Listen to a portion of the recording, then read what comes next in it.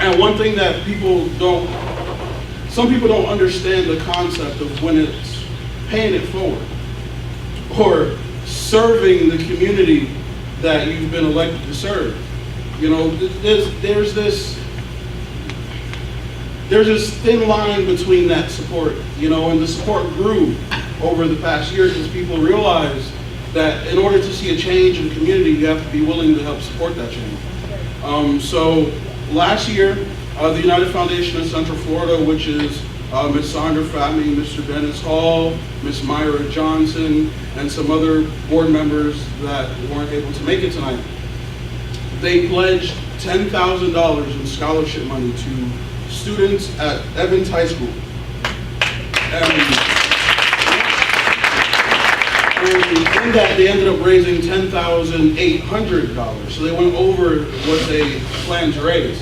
And myself, I'm a recipient of one of those scholarships. And I received $3,500 to pay for Morehouse College.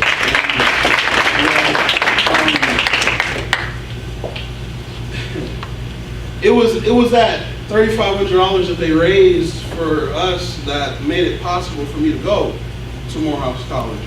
For those of you who don't know, Morehouse College costs almost $50,000 a year. Okay, that's a house. I'm buying a house. Okay, I'm buying a new Mercedes.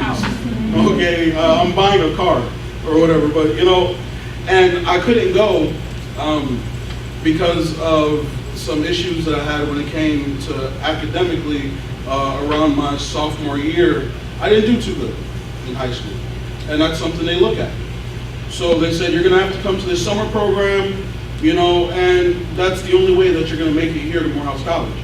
Because the rest of your grades are phenomenal, but if at any point in time you didn't produce at the best quality, you know, we're gonna have to test you. We're gonna have to see if you're ready for it.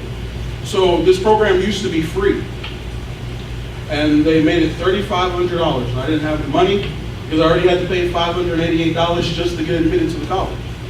You know, so it was a struggle to get that from my father for him to raise that money there.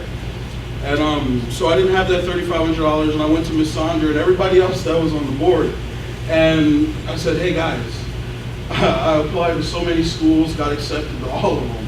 But the one school that I want to go to, I'm not sure if I'm going to get accepted. And if I do, I don't know how I'm going to afford it. So it was that $3,500 that was raised by the people in the community and Ms. Sandra and all of the amazing board members. They raised this money and they sent it off to Morehouse College's pre-freshman summer enrichment program. And I went not knowing what to expect. You know, Morehouse challenged me academically, personally, at every step of the way. And I went through that summer program and I came out with amazing grades.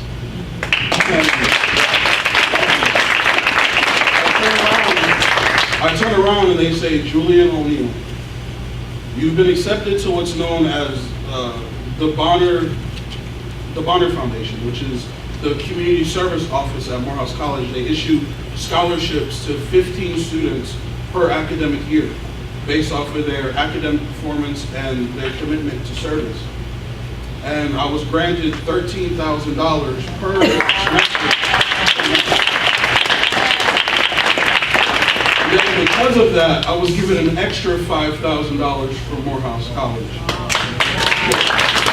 And then after that, I was given $1,200 more, and then they just kept giving me money because they said you did phenomenal in a program that I wouldn't have been able to go to if people didn't see something in me. I went from having to worry about that $50,000 to not having to worry about it at all. A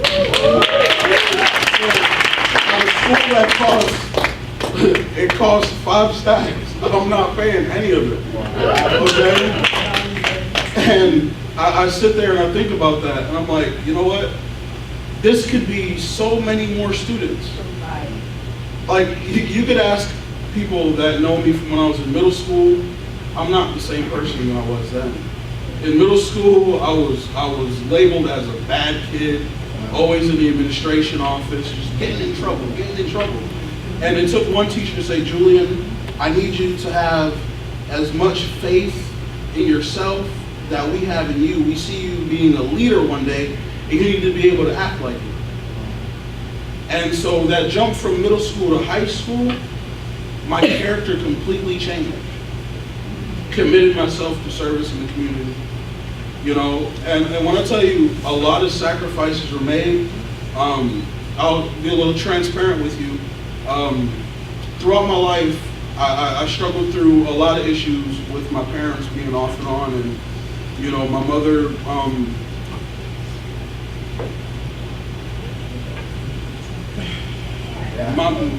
my mother not really being around at the time for the fact that, you know, she was addicted to drugs or whatever. So I only had a one-parent household my entire life. My father ended up getting laid off around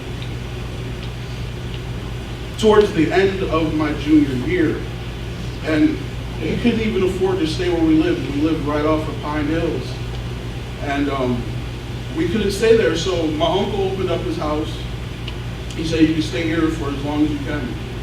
And my father went over to Sanford, and so I couldn't no longer stay with my uncle at that point. So it was either, you know, try to figure out what I can do, because I wanted to finish at Evans High School, because I committed myself to that school like no other has ever. And I wanted to graduate from there. And I told Miss Sandra and I told everybody else what was going on. So it got to a point in which I was homeless. And then I had to actually move with my dad all the way to Sanford. So now I had to wake up at 4 o'clock every morning just to take the Sunrail, to take the city bus, to get to Evans High School by 7:30. And then I didn't get to leave home, and the last Sunrail, if you guys don't know, runs at 9:32. And majority of the time I would miss that Sunrail. So I would have to stay waiting for my dad to come all the way from Sanford with his now fiance, who took him in when we had nothing. So I would either have to wait for them, or Miss Sandra or whomever would come. "Where are you at, Julian? Where are you at?" You know, and they would take me from Pine Hills to Sanford. Mr. Hankins at Evans High School did it as well. Destiny Wall back there did it as well. You know, and they all took me, Miss Sandra, all of them, brought me from Sanford to Pine Hills whenever I needed to. And I made that sacrifice, not only just thinking about myself and me wanting to graduate from there, but I realized that I had a passion to serve. And I didn't want to serve any other community but this one. So I made the sacrifices that I had to make so that I could continue to do that. And no one knew any idea what was going on. My entire senior year, I stood there with a smile on my face for the most part, and I kept pushing. And what people don't understand is that it's that support that'll keep us going. Because we have to understand that someone wants to be able to support us just as much as we want to support ourselves. Okay, so it took all of that, and I didn't let it break me, even though it was really close to it. You know, and everybody just said, "Julian, you have a dream, make it to that. You know, make it to that." And there was a lot of tears shed over everything. But the leaders of the community, Ms. Sandra, Mr. Dennis Hall, and everyone else just raised money for all of us. 19 graduating seniors last year received scholarships.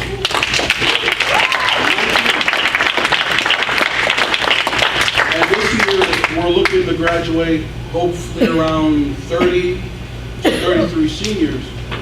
So